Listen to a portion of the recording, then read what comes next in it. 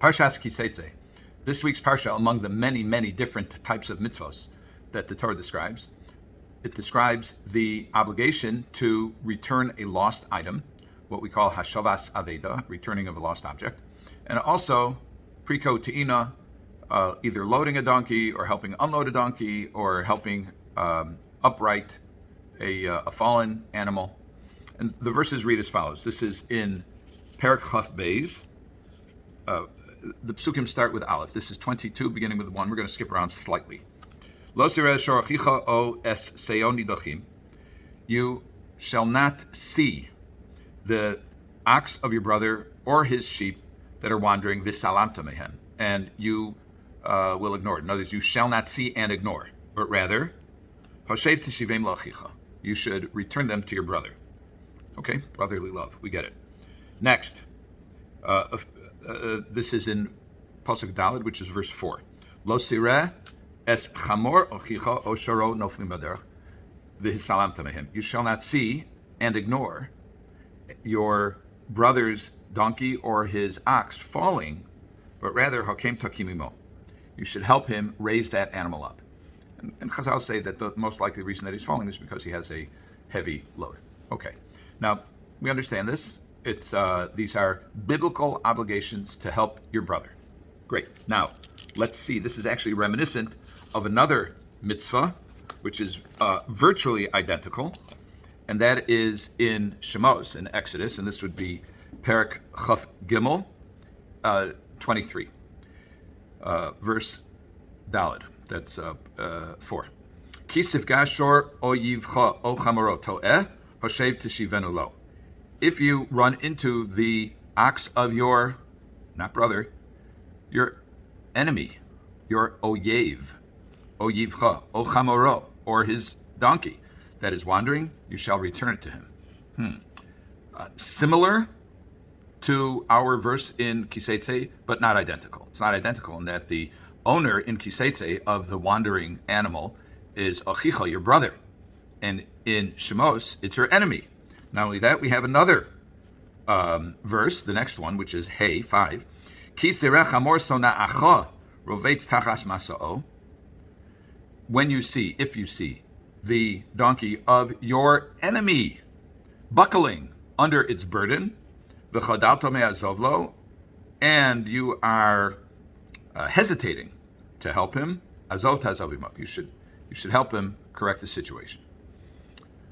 So the rabbis ask, wait a second, why do you need two different formulations? Why do you need to tell me if you see your enemy's animal buckling or lost, that you should either help make it stand it up or return it to its rightful owners? Then why do you need to say your achicha, your brother? So the commentaries talk about this. The Chazal answer, it's lachuf es hayetzer. It's connected the Yetzer. The Yetzer is the evil inclination. So what's the evil inclination? So what happens? First of all, I would understand that with just saying your enemy, because if you say your enemy, I certainly know your brother. If it's kal v'chomer, it's a reasoning from a harder case to an easier case.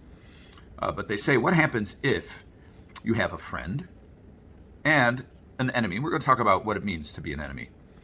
If you have a friend and an enemy in identical situations, they're both either they both have lost objects or they both have animals that are buckling under pressure. The Gemara says that you must aid your enemy first in order to refine your character and to defeat your Yetzer Hara, to defeat your evil inclination. So now, let's talk about what this enemy is. First of all, we have a prohibition in the Torah. Lo sisnos achicha bilvavecha. You're not allowed to hate your brother. And achicha means any fellow. So how could it be that we're talking about your enemy, as the Gemara might ask, are we talking about people who are not keeping the law? No, we're talking about people who keep the law. So how could it be that it's your enemy? So some of Farshim say, you know what, in the natural course of things, sometimes you develop some negative feelings towards other people if they do you wrong. If they, for example, if somebody hurts your child, even mildly, you're going to be resentful, perhaps even angry. The person who did it will be the object of your enmity. Or, says other Meforshim, that it could be that it's somebody who is deliberately and blatantly not following God's law, and you think less of him as a result. Now, let's talk about what it means. Sin'ah is translated almost universally as hatred. So a soneh is somebody who is hated. Now, let's look at Chumash Bereshis. In Chumash Bereshis, it talks about the relationship of Yaakov to his two wives. He has a wife, Leah, who he married first, and then Rachel, who he married later. And the Gemara says specifically, Vaye'ahav, this is in Perek Chavtes, Pasuk Lamed Aleph, that's 29:31. It says, Vaye'ahav gam es Rachel mileah. It says that Yaakov loved Rachel more than he loved Leah. The implication is he loved Leah, but he loved Rachel more. Okay. The next verse says, Vayar Hashem ki sinuah Leah. And then Hashem saw that Leah was hated, or at least was sinuah, which we're calling hated. And the following verse says that Leah says, Vatomer ki shoma Hashem ki sinuah anochi. Hashem heard that I am hated.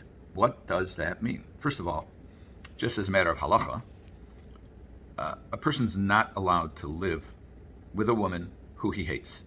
He's not allowed to have intimate relations with a woman who he hates. This is prohibited. First of all, not allowed to hate anybody unless there is a valid reason, and just because, quote, she annoys you is not a valid reason. So what does it mean? And also, we have an explicit, or at least an implicit from the verse. It says that he loved Rachel more than Leah. It doesn't say he loved Rachel and he hated Leah. So the implication is that he loved Leah as well, just less than Rachel. And Rav Schwab says, that is what sinuah means in this context. There's certain relationships in which if you love someone more than you love me, then you hate me. Now, it doesn't mean hate in the intense form that we are used to when we talk about hate, but it means that there's some measure of either rejection or negativity, even if it's relative to somebody else. This is less. Now, we see this also in the beginning of Seitzei. The same thing, although this is not about a specific individual like it was in Bereshis, where we talked about Yaakov, but here it says, Kisiyena leish shtei noshim. When if a man is married to two women, one is loved and the other is hated. Again, I believe it does not mean that she's hated the way we normally use the term, but it means within the context of the relationship, one feels less positive about them. So in any event, we're talking about somebody in the context of either returning a lost object or helping set up, erect a fallen animal and helping him load. We're talking about somebody about whom you may have positive feelings and somebody about whom you may have less positive feelings or even negative feelings, and those feelings may be justified, or even in context, you just prefer your buddy, your homie, rather than somebody about whom you might have not as strong an allegiance, a loyalty. And the rabbis say that from the variance in the language, that what the Torah is saying is keneged the Yetzer, to defeat the Yetzer Hara, is don't let your negativity get in the way of your menschlichkeit, of your acting properly. Don't let your negative feelings, however slight they may be or however profound they may be, corrupt your doing the right thing. We have an obligation to do the right thing. And if it's somebody, so much so, that if it's somebody who you prefer and somebody you prefer less, you are obligated, and you can't do them both at the same time, you're obligated to help out the person you prefer less in order to defeat those feelings that may have started legitimately, but may also develop on their own into something much worse.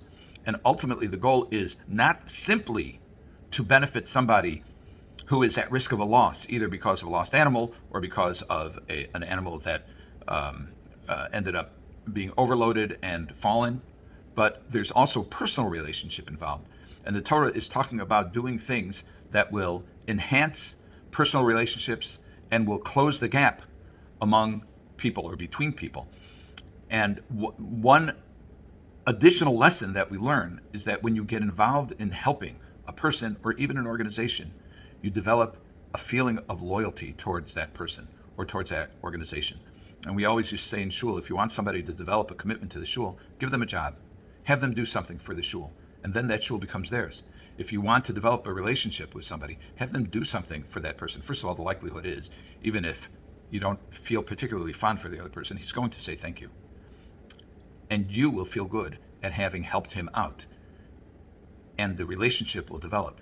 And the love, the ahava, will ultimately, the goal is, will replace the sinah. And this all comes about as a result of helping another person who you may not feel fondly for, but the end result will be that you do help him. And number two is that you kind of repair the broken relationship in any measure. And that's a good thing. Have a good Shabbos.